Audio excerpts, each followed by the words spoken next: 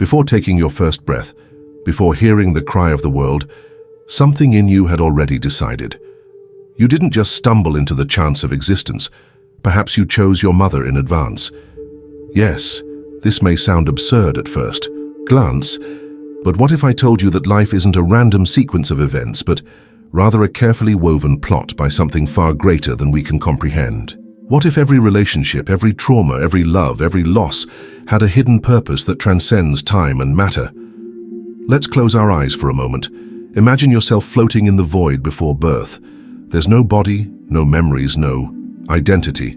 There's only consciousness, pure light, infinite. In that state, you would have the chance to look down and choose. Who would your parents be? Who would your mother be? Where would you be born? What challenges would you face? Sounds crazy. Or perhaps it's truer than we dare to admit.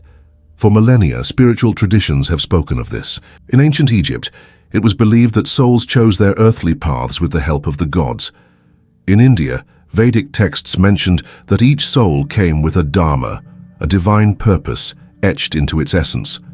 Even Plato, in his dialogues with Socrates, suggested that we remembered everything before being born, and that life was merely a process of recollection. So why be surprised by the idea that somehow you knew? That before it all you looked at this life and said, this is where I'll learn, this is where I'll grow, this is where I'll love, and this woman, with all her light and shadows, is the one I'll call Mother. Why? Because she carries exactly what you need, be it strength or fragility, be it patience or absence. Everything has a role, everything has a reason.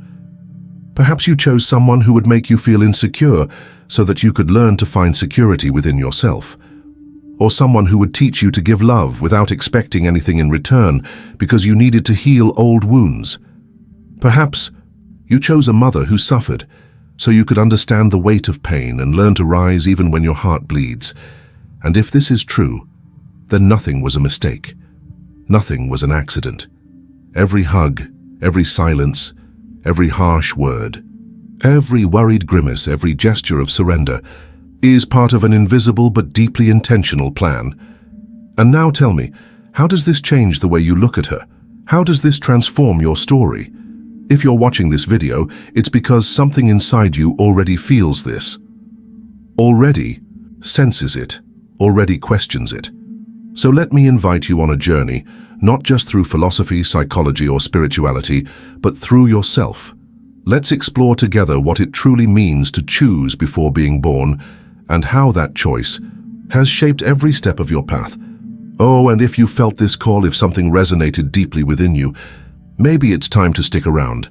Hit the bell, subscribe, and come be part of this search for truths that go beyond the visible, because this conversation has only just begun. If you were looking at Earth from afar, not as a satellite, but as an all-seeing consciousness, what would you choose? What kind of life would be worthy of your attention? What emotional landscape would be worth inhabiting? And most importantly, with whom would you share this journey? Modern psychology tells us we're shaped by our early experiences. Freud spoke of the importance of the first year of life. Jung, of the shadows and archetypes we carry unconsciously. But what if those early impressions are part of something bigger? What if we chose not only our parents but also the circumstances, not as victims of fate, but as co-authors of our story? In Norse mythology, there were the Norns, similar to the Greek fates, weaving the thread of each being's destiny. Hinduism, karma determined the path of successive rebirths, where each soul chooses its new body based on what it needs to learn. Even in the Bible, there are verses suggesting that God knew you before forming your bones in your mother's womb. So, maybe it's not so absurd to think that somehow you knew, that you felt, that you mentally traced the curve of her eyes, the tone of her voice, the texture of the lap where you'd rest in your first months of life. Maybe you even felt fear before diving into this reality.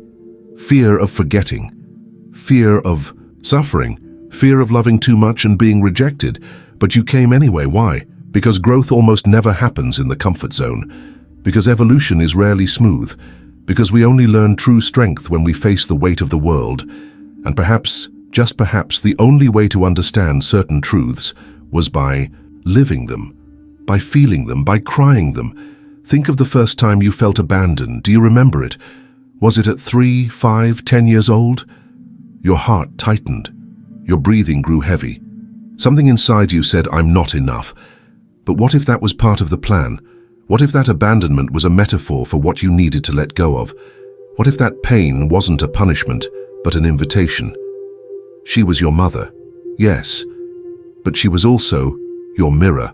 Every redacted, every gesture, every word, every silence echoed something already within you. If she hurt you, perhaps it was because you needed to feel the wound to learn how to heal it. If she overprotected you, perhaps it was because you needed to learn to fly even with wings wet from rain. There's an ancient story told in the ruins of lost temples about a man who climbed a mountain to find a sage. When he arrived, he asked, "How can I free myself?" The sage replied, "You are already free, you just don't know it yet." That's our human condition. We live as prisoners of stories we don't even know we created. We think we're victims of the past, but perhaps we're authors who forgot their own name. And now I ask, if you really chose to come here, then what did you want to learn? What did you bring with you, before any memory? And what will you do with that knowledge? Now let's go back in time a bit. Imagine yourself again floating on the threshold between the visible and the invisible.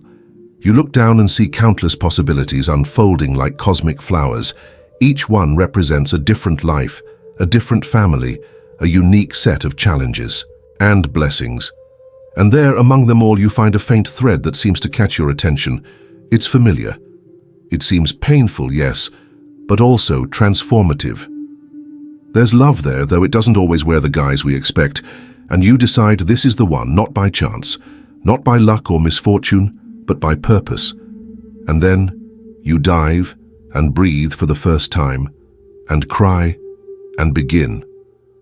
Everything you've lived since then, all the kisses, the falls, the misunderstandings, the moments of light, are fragments of that initial decision. Everything is part of the pact you made with yourself before forgetting who you were.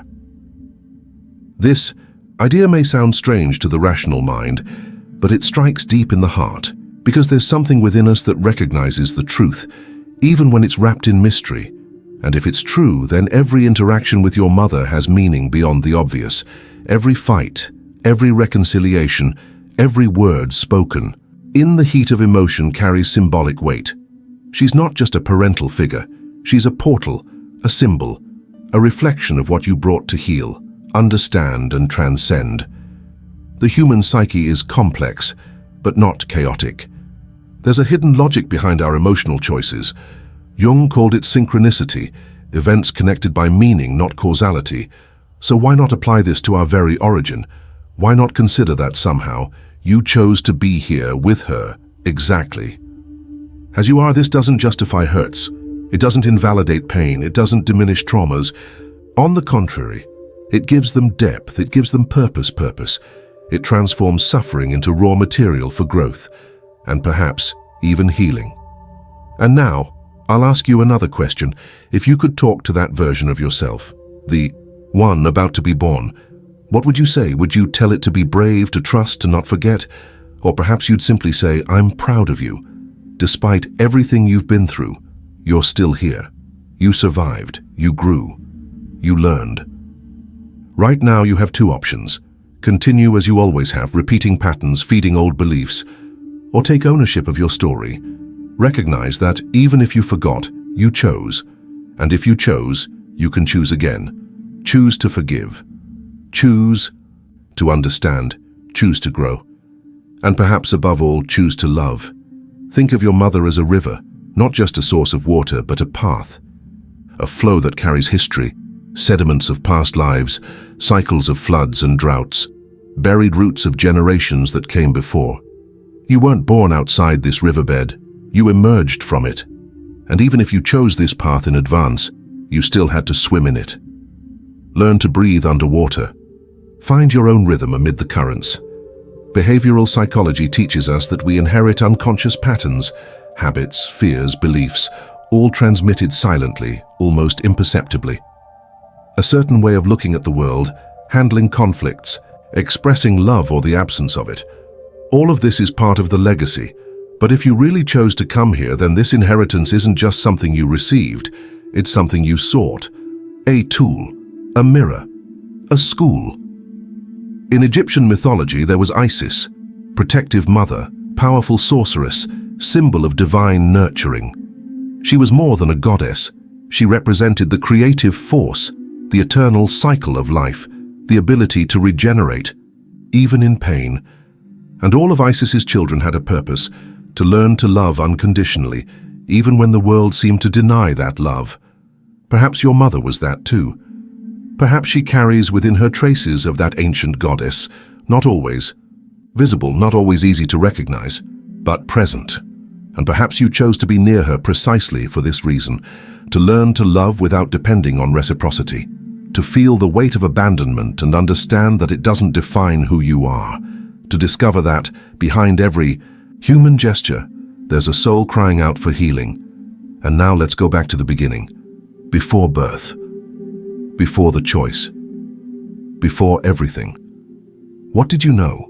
What kind of being were you before donning flesh and forgetting? There's a very ancient idea, found in esoteric texts from various cultures, that before we incarnate, we gather in a sacred council. There we discuss our purpose. We choose our parents, our great loves, our greatest challenges. We make pacts with other souls. You'll help me there. I'll be with you here. And then, before descending to earth, we drink from the waters of the river Lethe in the Greek underworld and forget everything. We forget, but we don't lose. Because there are moments, aren't there? Moments when something inside you awakens. When you look at your mother and feel a love so profound it seems to come from beyond this life. Or when even amid conflicts, there's a silent recognition. I know who you are. I already knew you. That's not coincidence. It's soul memory. And if that's true, then everything changes. You stop looking for someone to blame. You start looking for meaning. You stop complaining about the past. You start honoring it because it was all a choice, including her, including you. Including this exact moment when you're reading these words. So I ask you, what did you come to learn? Who did you come to remember? And how will you use that remembrance moving forward? If you've made it this far, it's because something resonated. It's because there's an ancient echo within you, calling for the truth. And if that echo persists, maybe it's time to go deeper, to dive where few dare, to let go of superficial explanations and seek those that touch the core of existence. It was with this in mind that I wrote a book that gathers centuries of hidden wisdom, ancient mysteries, forgotten symbols, and truths that transcend time and culture. A book called Ancient Mysteries Revealed, The Hidden Power. If you want to understand not only why you chose your mother, but why you chose to be here now at this exact moment in human history, then this ebook is for you. In it, you'll find answers that go beyond reason, stories that connect worlds, teachings that were guarded for millennia, revealed now for those who are ready. Oh, and before I forget, this video doesn't end here. It continues within you, in the questions that linger, in the emotions that surfaced, in the memories that started to return. Because this conversation isn't about theories, it's about recollection. And perhaps, just perhaps you already knew this before you even watched. If you felt this, if you recognized something deep inside, let me know. Comment below with a single word, I remembered. It's that simple. Just so we know we're not alone in this search, that there are others out there also awakening. And if this video touched you, made you think, made you feel, then hit the like button, subscribe to the channel, turn on the bell and share it with someone who might need to hear these words right now. Because sometimes the only thing separating a lost soul from a found one is a video, a sentence, a moment of connection. And perhaps, just perhaps, this was yours until the next journey.